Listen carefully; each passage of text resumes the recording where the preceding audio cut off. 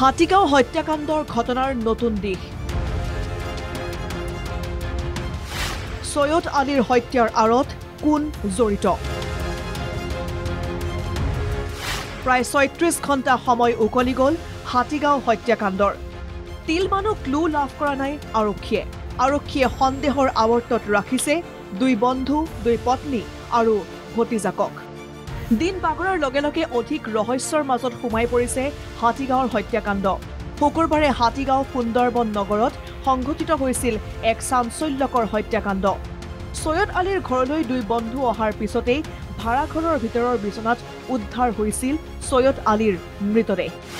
কিন্তু ঘটনাৰ পাছৰে পৰা আত্মগোপন সৈয়দৰ দুই বন্ধুৰ মৃত সৈয়দৰ আছিল দুগৰাকী পত্নী দেওবাৰে হাতীগাঁও আৰক্ষী থানাত উপস্থিত সৈয়দৰ দ্বিতীয় পত্নী সৈয়দ আলীৰ দ্বিতীয় পত্নীক সোধা পোছা হাতীগাঁও আৰক্ষীৰ কিছুদিন পূৰ্বে দ্বিতীয় পত্নীয়ে ভাড়াঘৰত উপস্থিত হৈ কাজিয়াত লিপ্ত হৈছিল প্ৰথমা পত্নীৰ সৈতে মহানগৰীৰ হাতীগাঁওস্থিত সুন্দৰবন নগৰত বাস কৰিছিল সৈয়দে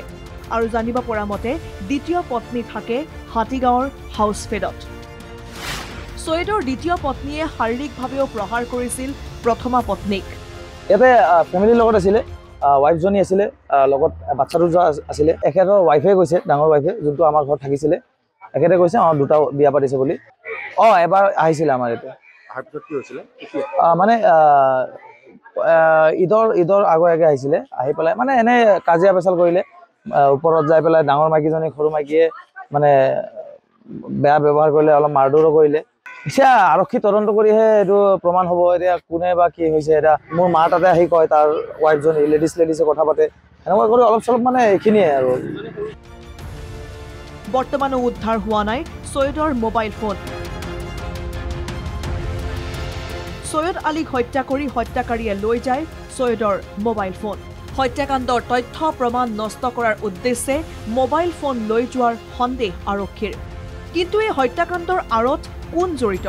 সেয়া বৰ্তমানো স্পষ্ট কৰিব পৰা নাই হাতীগাঁও আৰক্ষীয়ে ঘটনাৰ ২৪ ঘণ্টা উকলি যোৱাৰ পাছতো কৰায়ত্ব কৰিব পৰা নাই হত্যাকাণ্ডৰ মূল অভিযুক্ত সৈয়দৰ দুই বন্ধুক হাতীগাঁও আৰক্ষীৰ হাতত থকা সৈয়দৰ ভতিজাকক একমাত্ৰ ক্লু হিচাপে লৈ অব্যাহত ৰাখিছে তদন্ত কিন্তু প্ৰশ্ন হয় হত্যাৰ আঁৰত আছে নেকি পাৰিবাৰিক কণ্ডল অথবা ব্যৱসায়িক সংঘাত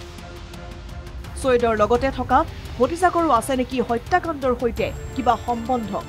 এই সমগ্ৰ কথা এতিয়া ৰহস্যৰ আৱৰ্তত পৰৱৰ্তী সময়ত আৰক্ষী তদন্ততহে পোহৰলৈ আহিব ঘটনাৰ প্ৰকৃত ৰহস্য গুৱাহাটীৰ পৰা দেৱজিৎ কলিতা আৰু কংকন ডেকাৰ ৰিপৰ্ট NKTV+।